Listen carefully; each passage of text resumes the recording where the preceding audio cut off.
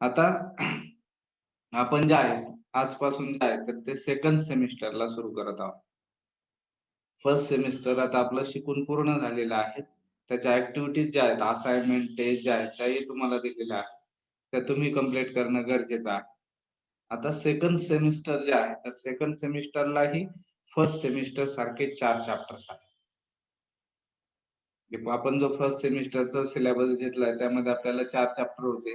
त्याच पद्धतीने इकडे सुद्धा 4 चॅप्टर्स आहे तुम्हाला. सेकंड सेमिस्टरला जे आहे ते 4 चॅप्टर आहे.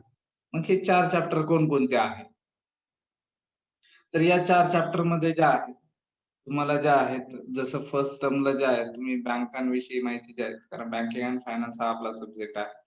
बँकांची उत्क्रांती बघितली, बँकेचे कार्य आपण बघितले. त्यानंतर बँकेमध्ये खातं ओपन कसं करायचं याची प्रक्रिया बघितली आणि पैसे पाठवण्याच्या पद्धती ज्या आहेत त्या आपण बघितल्या. म्हणजे हे 4 चॅप्टर बघितले. आता पुढे ज्या आहेत सेकंड टर्मला जे आहे तर तुम्हाला जे आहे तर 4 चॅप्टर आहेत. मग त्यामध्ये कोणकोणते चॅप्टर्स आहेत तर ते आपण बघूया. आता सेकंड सेमिस्टर त्याला आपण सत्र म्हणतो. म्हणजे सत्र दुसरे.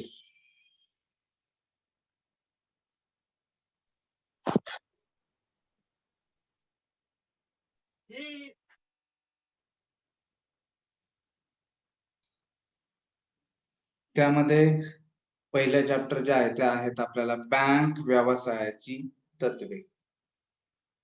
बँक व्यवसायाची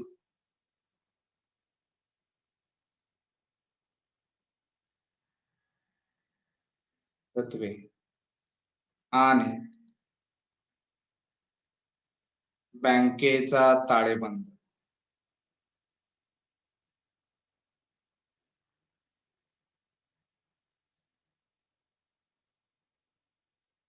म्हणजे principles of banking and balance sheet of bank. यामध्ये आपल्याला ज्या आहेत बँक व्यवसायाची कोणकोणती महत्वाची तत्वे आहेत ती तत्वे आपल्याला त्यामध्ये बघायची आहेत. त्यानंतर बँकेचा ताळेबंद जो आहे तो कसा असतो त्याला आपण बॅलन्स शीट असं म्हणतो. हे बॅलन्स शीट मध्ये कोणकोणते घटक असतात आणि बँक व्यवसायाची तत्वे जी आहेत ती कोणकोणती आहेत याविषयी आपण या चॅप्टर मध्ये बघणार आहोत. त्यामध्ये बँक व्यवसायाची तत्वे जी आहेत, सुरक्षितता असेल, रोखता असेल, लाभप्रदता असेल, जोखमींचे विविधीकरण असेल आणि इतर काही तत्व जे आहेत, तर एवढे तत्व जे आहेत या प्रकरणामध्ये आपण बघणार आहोत. त्यानंतर पुढचं जे चॅप्टर्स आहेत ते आहेत चलनक्षम दस्तऐवज. चलनक्षम दस्तऐवज त्याला निगोशिएबल इन्स्ट्रुमेंट असं म्हणतात. चलनक्षम दस्तऐवज जे आहेत ते तुमचं झालेलं आहे 11वी-12वीला कुठेतरी तुमचं झालेलं असेल. वचन चिठ्ठी 12वीला झालेलं असेल OCSP मध्ये. त्यामध्ये ज्या आहेत चलनक्षम दस्तऐवज कशाला म्हणायचं, त्यानंतर हे चलनक्षम दस्तऐवज कोणकोणते प्रकार आहेत. मग त्यामध्ये जे आहेत वचन चिठ्ठी असेल, विनिमय पत्र असेल आणि हुंडी. विनिमय पत्राला आपण हुंडी म्हणतो. त्यानंतर धनादेश. हे 3 महत्वाचे जे दस्तऐवज आहेत त्या दस्तऐवजांचा अभ्यास आपण या चलनक्षम दस्तऐवजामध्ये करणार आहोत. म्हणजे अगोदर जे आहे तर चलनक्षम दस्तऐवज कशाला म्हणायचं, त्याची वैशिष्ट्ये कोणती आहेत, त्याच्या कायदेशीर तरतुदी कोणकोणत्या आहेत हे आपण बघणार आहोत. आणि त्यानंतर त्यामध्ये असणारे जे महत्वाचे दस्तऐवज आहेत ते दस्तऐवज आपण त्यामध्ये बघणार आहोत. वचन चिठ्ठी ज्या आहेत तिला आपण प्रॉमिसरी नोट वगैरे म्हणतो. विनिमय पत्र जे आहे त्याला बिल्स म्हणतो किंवा हुंडी जे आहे तिला आपण बिल्स म्हणतो. धनादेश, चेक. धनादेशाबद्दल आपण माहिती बघितलेली आहे, कोणकोणत्या प्रकारचे धनादेश असतात ते. आता हे इंडिव्हिज्युअल आपण बँकर चेक बघितला किंवा धनादेशाची सर्वसाधारण माहिती आपण बघितलेली आहे. पण क्रॉस चेक वगैरे जे आहे, क्रॉसिंगचे कोणकोणते प्रकार आहेत हे सर्व जे आहेत यामध्ये आपण बघणार आहोत. धनादेशाचे काय वैशिष्ट्य आहेत तर ते संपूर्ण जे आहेत या चलनक्षम दस्तऐवजामध्ये आपण त्याच्या कायदेशीर तरतुदी ज्या आहेत त्या बघणार आहोत. त्यानंतर तिसरं जे प्रकरण आहे तुम्हाला ते आहेत पृष्ठांकन. पृष्ठांकन पृष्ठांकन म्हणजे एंडोर्समेंट आपण त्याला म्हणतो. आता हे पृष्ठांकनाचे प्रकार जे आहेत ते धनादेशाच्या वेळेसच आपल्याला चांगल्या प्रकारे समजतात, किंवा तुम्ही ज्या वेळेस विड्रॉल करत असतात त्यावेळेस तुम्हाला हे पृष्ठांकन कशाला म्हणायचं त्यावेळेस तुम्हाला ते कळतं. मग हे पृष्ठांकन कशाला म्हणायचं, त्याच्या कायदेशीर तरतुदी कोणत्या आहेत, पृष्ठांकन का आवश्यक आहे आणि त्या पृष्ठांकनामध्ये महत्वाच्या कोणकोणत्या बाबी आहेत हे आपल्याला त्या ठिकाणी कळतात. त्यानंतर पृष्ठांकनाचे प्रकार कोणकोणते आहेत, पृष्ठांकन कशा प्रकारे केलं जातं, ह्या पृष्ठांकनाच्या पद्धती कोणत्या आहेत तर त्या, आणि पृष्ठांकन केल्यानंतर काय परिणाम होतात त्याचे, ह्या गोष्टी ज्या आहेत त्या आपण ह्या चॅप्टर नंबर 3 मध्ये बघणार आहोत. म्हणजे जसं सेमिस्टर फर्स्ट होतं 4 चॅप्टर होते, अगदी थोडे होते, तसेच सेकंड सेमिस्टरला सुद्धा असे 4 चॅप्टर आहेत, अगदी थोडक्यात आहे. फर्स्ट सेमिस्टरला तुम्ही लाईव्ह सेशन मध्ये फॉर्म कसे भरायचे हे बघितले. इकडे सेकंड सेशन मध्ये जे आहे तसं आपल्याला लाईव्ह नाही, फक्त आपण माहिती जी आहे ती माहिती आपल्याला यामध्ये मिळेल. त्यानंतर चौथं चॅप्टर जे आहे तर ते एक महत्वाचं आहे, म्हणजे ते लेटेस्ट जो आधुनिक बँक व्यवसाय जो आहे तर त्यामध्ये कोणकोणतं तंत्रज्ञान वापरलं जातं त्या संदर्भात ते आहे.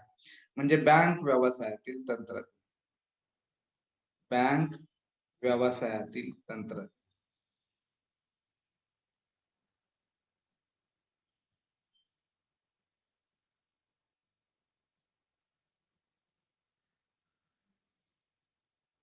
म्हणजे यामध्ये आपण जे आहे आधुनिक जो बँक व्यवसाय आहे, या आधुनिक बँक व्यवसायामध्ये कोणकोणत्या गोष्टी वापरल्या जातात, सध्याच्या काळात ज्या बँकेचा आणि आपला संबंध किती येतो आणि कशा प्रकारे आपण तो हँडल करतो, या सगळ्या गोष्टींचा अभ्यास आपल्याला यामध्ये करायचा. म्हणजे सर्वात महत्वाचं आहे बँक व्यवसायातील तंत्रज्ञानामध्ये आपण ई बँकिंग, ई बँकिंग विषयी आपण माहिती बघणार आहोत. पारंपरिक बँकिंग आणि ई बँकिंग काय फरक आहे. म्हणजे पारंपरिक बँकिंगचा जर विचार करायचा गेला तर आपल्याला बँकेत जाऊन लाईन मध्ये उभं राहावं लागतं तासनतास, आणि ई बँकिंगचा विचार केला तर तेच लाईन मधलं काम जे आहे ते घर बसल्या आपण निवांतपणे सहजपणे लवकरात लवकर करू शकतो. हे जे फरक आहे पारंपरिक बँकिंग मधले फरक, ई बँकिंग मधले फरक जे आहे ते आपल्याला यामध्ये बघायचे. त्यानंतर ई बँकिंगचं स्वरूप काय आहे नेमकं, त्याची व्याप्ती कशी आहे, सध्याच्या काळात जे आहे बँकेशिवाय म्हणजे प्रत्येकाला बँकेमध्ये जावंच लागतं. बँक व्यवसायाची व्याप्ती आता फार मोठी झालेली आहे, त्याच्यामुळे त्याचं स्वरूप काय आहे. त्यानंतर या बँक व्यवसायामध्ये कोणकोणते नवीन तंत्रज्ञान आहे, मग त्यामध्ये जे एटीएम जे आहे, एटीएमचा आपण सर्वात जास्त वापर करतो, प्रत्येकाकडे एटीएम कार्ड असेल, हे एटीएम जे आहे. त्यानंतर ऑटोमॅटिक चालणारे बरेचसे मशिनरी आहेत बँकेकडे, म्हणजे पैसे मोजण्याचं मशीन असेल, गणक यंत्र वगैरे जे आहे तर ते गणक यंत्र असेल, पासबुक प्रिंटिंग असेल. पासबुक प्रिंटिंग जे आहे ते मशीन एकदा वापरून बघा तुम्ही, नगरमध्ये अवेलेबल आहे, एक दोन ठिकाणी मला दिसलंय, तर तुम्ही सुद्धा ते वापरून बघा. मोठ्या बँकेचे जे शाखा आहेत त्या ठिकाणी त्या ते कशा प्रकारे वापरतात, त्यासाठी काय काय गरज असते, तर हे जे आहे तर या गोष्टी तुम्ही वापरून बघा, म्हणजे तुम्हाला बँकेत मध्ये जे आधुनिक तंत्रज्ञान जे आहे त्याचे फायदे तुम्हाला कळतील. त्यानंतर रोख भरणा मशीन, आता पैसे डिपॉझिटर मशीन सुद्धा आहे. म्हणजे दिल्ली गेटला जर तुम्ही गेले तिथे डिपॉझिट मशीन आहे. त्यानंतर तुम्ही सावेडीला गेले तिथेही महाराष्ट्र बँकेचं आहे, इथे एसबीआयचं आहे. तुम्ही डिपॉझिट करू शकता. प्रत्यक्षात बँकेत न जाता तुम्ही त्या मशीनद्वारे जे आहेत पैसे डिपॉझिट करू शकता. डिपॉझिट मशीन मधून पैसे काढू पण शकतात. फक्त तुम्हाला प्रोसेस समजल्या पाहिजे. म्हणजे ज्या पद्धतीने एटीएम सारखे जे आहे तुम्ही पैसे काढू शकता, तसे डिपॉझिट मशीन मध्ये सुद्धा तुम्ही पैसे, जर एटीएम ला पैसे संपलेले असेल तर तुम्ही डिपॉझिट मशीन मधून सुद्धा पैसे काढू शकता. फक्त तुम्हाला ती विड्रॉलची प्रोसेस जी आहे ती त्या ठिकाणी समजली पाहिजे. आहे तर टेक्नॉलॉजी आहे ती वापरल्यानंतर कळते. जो चांगल्या पद्धतीने वापरतो तर त्याला ती लवकरात लवकर समजते. त्यानंतर नोटा ज्या आहेत त्या आयडेंटिफाय करणारे जे मशिनरी आहे, समजा एखादी जर नोट जी आहे तुमची खोटी आली, डुप्लिकेट नोट जर आली, तर ती नोट लगेच ते मशीन जे आहे पैसे मोजत असताना ते बाजूला फेकतं.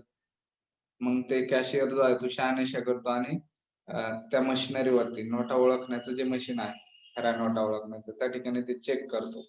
ते चेक केलं, तिथं प्रूव्ह झाली खोटी नोट का लगेच तो इन्स्टंट त्या ठिकाणी शिक्का मारतो तिच्यावर डुप्लिकेट म्हणून आणि आपल्याला लगेच बसून ठेवतो. कारण ती नोट तुम्ही तयार केली का तुमचा कोणाशी संबंध आहे, काय आहे ते सगळं शहानिशा करण्यासाठी.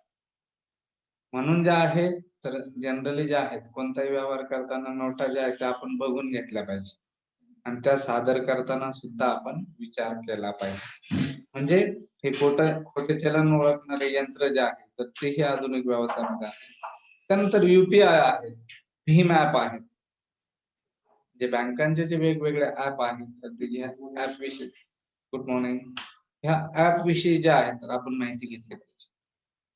भीम ऍप जे आहे ते कसं वापरायचं, गुगल पे कसं वापरायचं, फोन पे कसं वापरायचं, अमेझॉन पे कसं वापरायचं, अनेक प्रकार आहेत. तर यामध्ये ज्या आहेत ह्या आधुनिक ज्या ऍप आहेत तर हे आपल्याला वापरतात. जनरली ज्या आहेत इतर सर्व ऍप वापरण्यापेक्षा जे ऑथराइज गव्हर्नमेंट ऑथराइज ऍप जे आहे तर ते ऍप वापरलेले कधीही सुरक्षित असतात. म्हणून जनरली जे आपण जे आहे तर भीम ऍपचाच जास्तीत जास्त वापर केला पाहिजे. फोन पे, अमेझॉन पे यातून जरी आपल्याला चांगल्या सुविधा मिळत असेल तरीही आपण शेवटी त्या खाजगी कंपन्या ज्या आहेत त्या कंपन्यांनी घेतलेल्या आहे. त्यामुळे जे आहे तर तुम्ही जे आहे तर हे युपीआय असेल, भीम ऍप असेल, भारत इंटरफेस फॉर मनी असं त्याला म्हटलं जातं. तर ते भीम ऍप वगैरे आपण वापरले पाहिजे. त्यानंतर असे ऍप जे आहेत ते आपल्याला व्यवस्थित वापरता आले पाहिजे. त्याच पद्धतीनं बँकांनी त्यांचे स्वतःचे ऍप डेव्हलप केलेले आहेत. ते वापरण्यासाठी अगदी सोपे असतात, सुरळीत असतात. फक्त तुम्हाला समजले पाहिजे ते आणि ते अगदी सुरक्षित असतात. कारण ते डायरेक्ट त्यांच्या सर्व्हरशी रिलेटेड असतात. ते एकाच सर्व्हरला कनेक्ट नसतात. डायरेक्ट बँकेच्या सर्व्हरशी रिलेटेड असतात. ते म्हणजे अधिक सुरक्षित व्यवहार आपल्याला त्या ठिकाणी करता येतो. म्हणून आपण बँकांचे ऍप वापरले पाहिजे. स्टेट बँकेचा ऍप वापरलं पाहिजे आपण.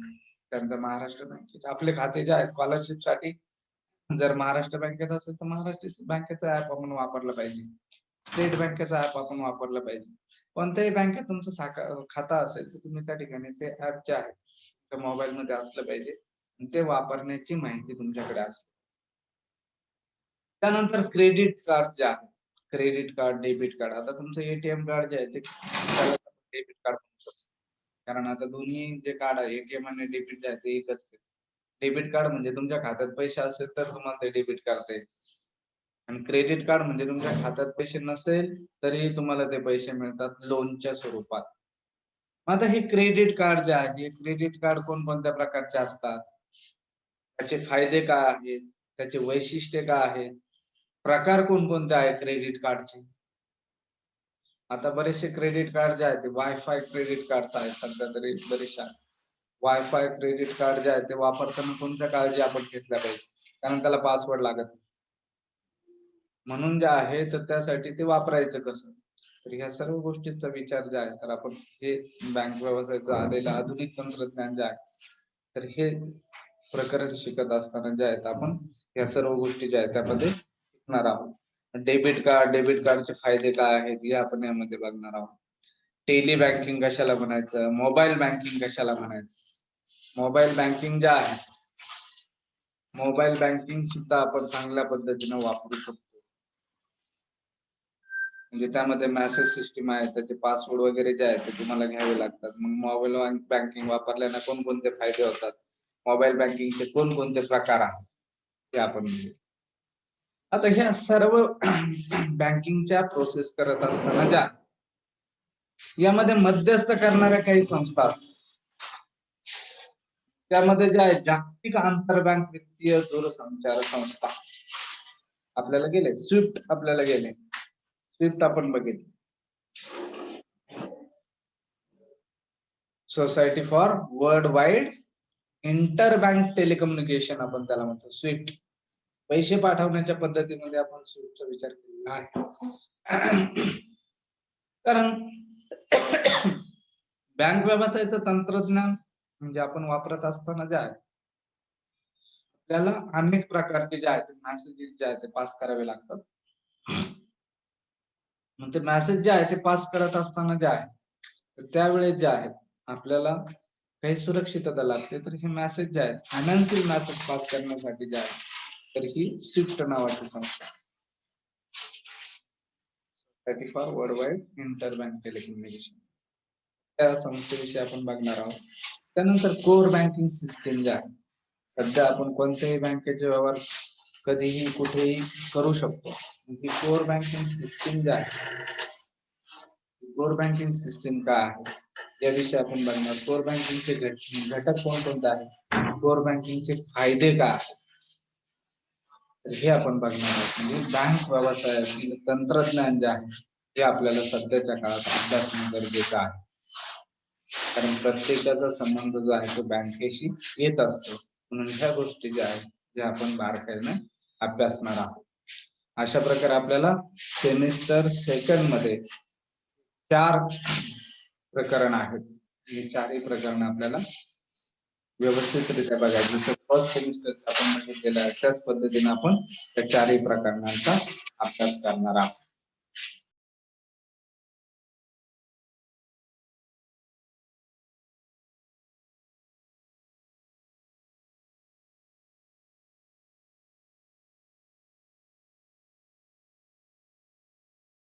आता या सेकंड सेमिस्टरचं पहिलं प्रकरण जे आहे ते आहेत बँक व्यवसायाची तत्वे आणि बँकेचा ताळेबंद.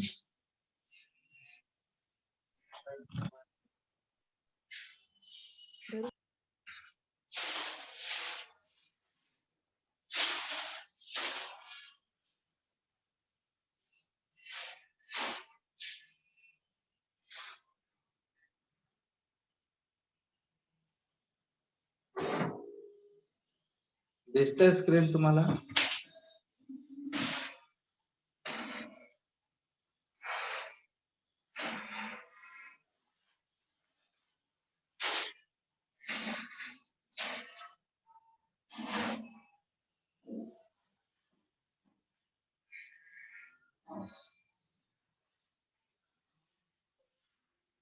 बँक व्यवसायाची तत्वे आणि बँकेचा ताळेबंद.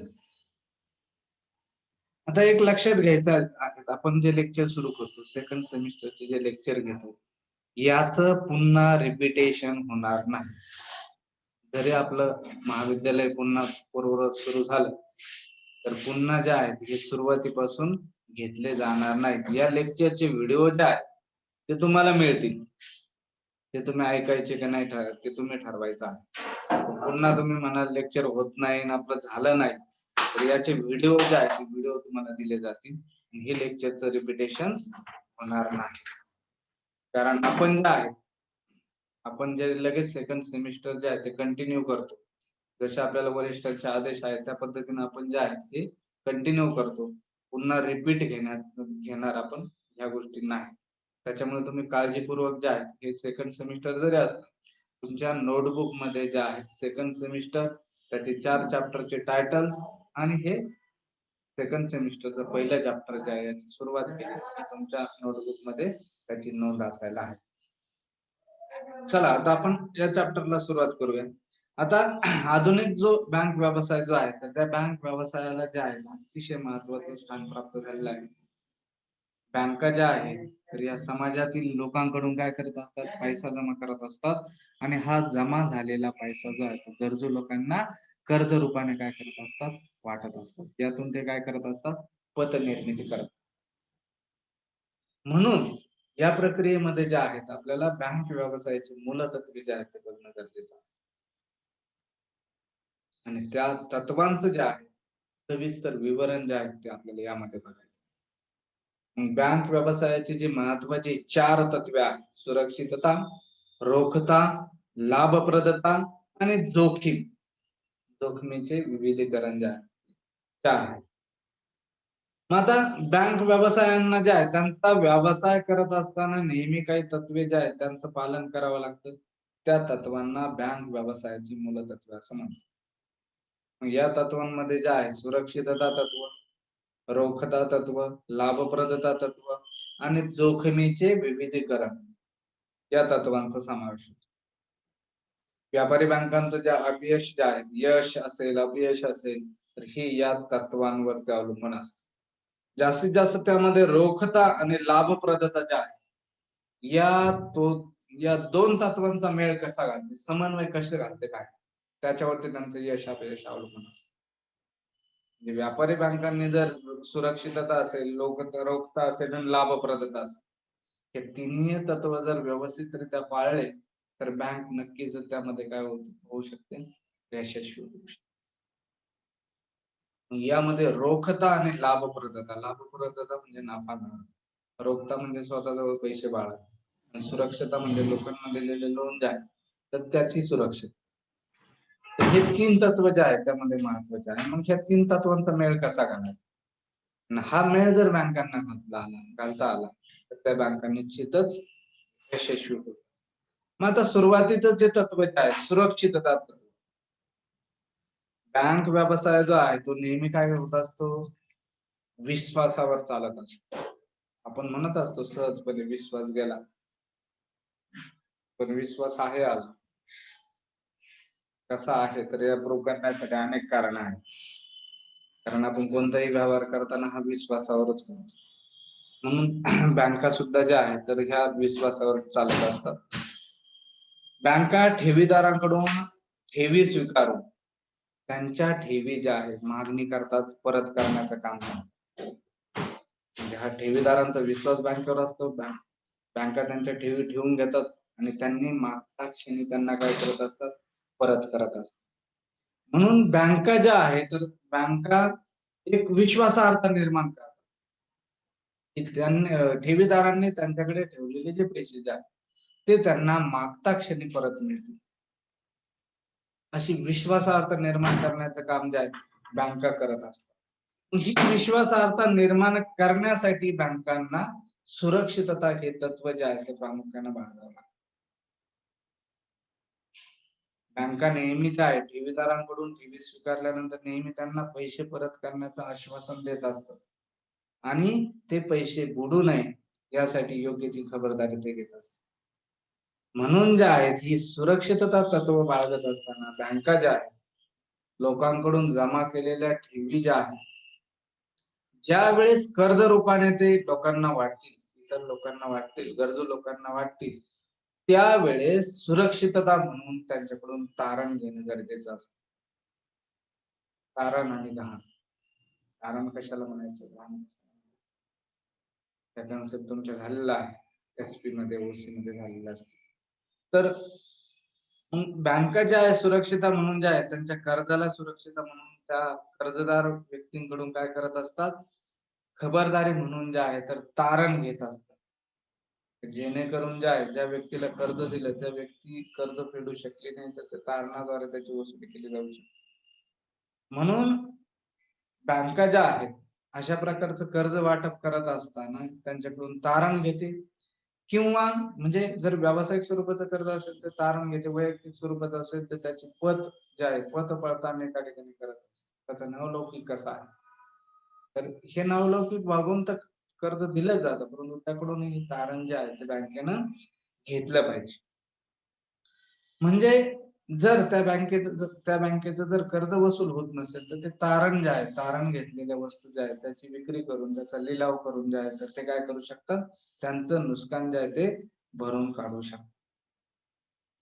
म्हणून बँका ज्या आहेत, बँकांनी दिलेले जे कर्ज जे आहे, बँकांनी केलेली जी गुंतवणूक जी आहे ती सुरक्षित राहावी म्हणून बँकेनं काय केले पाहिजे, काळजी घेतली पाहिजे. म्हणून बँका ज्या आहे कर्ज घेणाऱ्या व्यक्तींकडून संस्थेकडून योग्य ते तारण घेत असते. म्हणूनच या तत्वाला सुरक्षितता तत्व असते. सुरक्षितता तत्व म्हणजे काय, की बँका ज्या आहेत ठेवीदारांकडून जमा केलेल्या ठेवी ज्या आहेत त्या गरजू लोकांना कर्जाऊ रूपाने काय करत असतात, वाटत असतात. मग बँका यासाठी सुरक्षितता म्हणून काय करत असतात, तारण करत असतात. त्यानंतर बँका ज्या आहेत हे दिलेलं कर्ज जे आहे हे संपूर्ण कर्ज जे आहे ते एकाच व्यक्तीला देत नाही. कारण एकाच व्यक्तीला जर कर्ज दिलं आणि ती व्यक्ती जर दिवाळखोर झाली, तिनं कर्ज जर फेडलं नाही, तर बँक काय होऊ शकते, डबघाईला येऊ शकते. आपल्या समोर मोठमोठाले उदाहरण आहे, विजय मल्ल्या वगैरे मोठे मोठे आहेत. त्यांना बँकांनी मोठ्या स्वरूपातले कर्ज दिलेले आहे.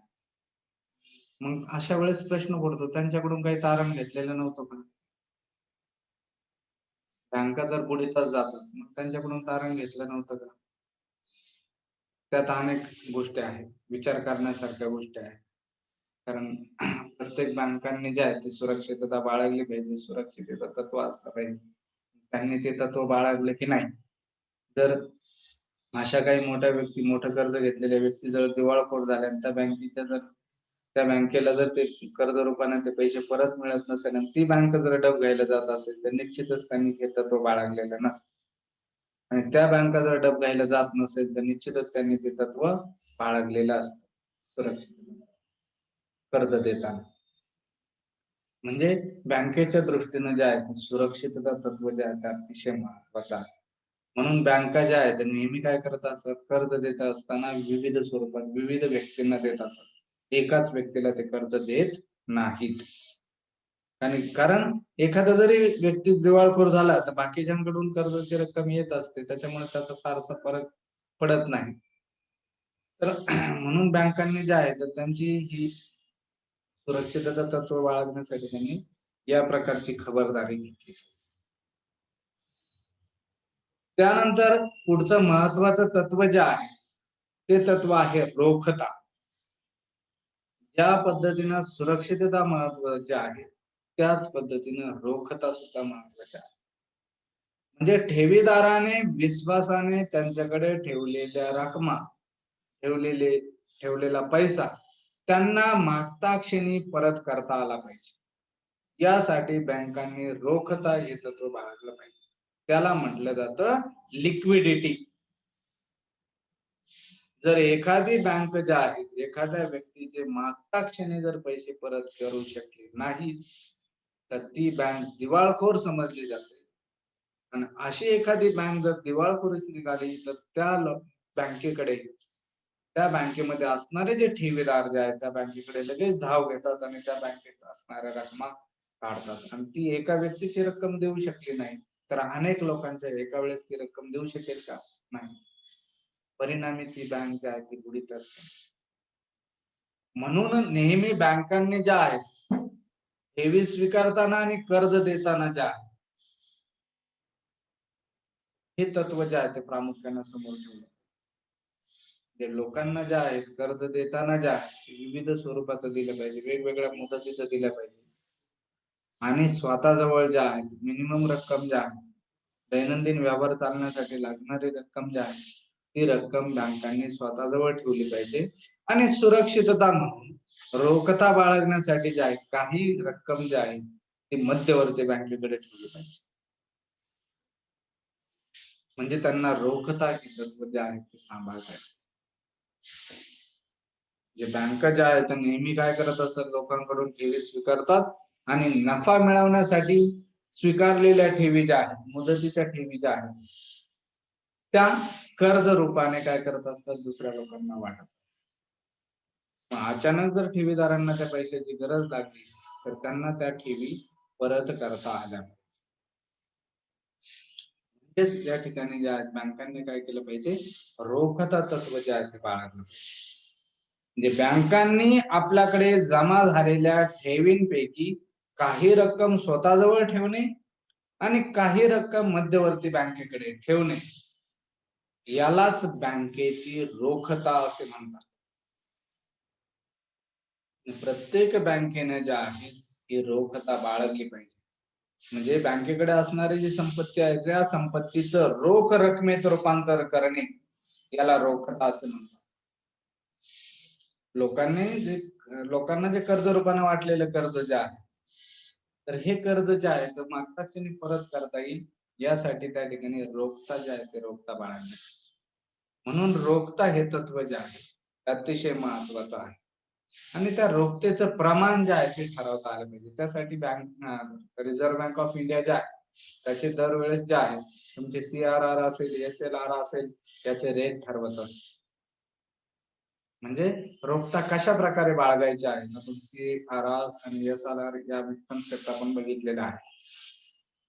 यांचं जे प्रमाण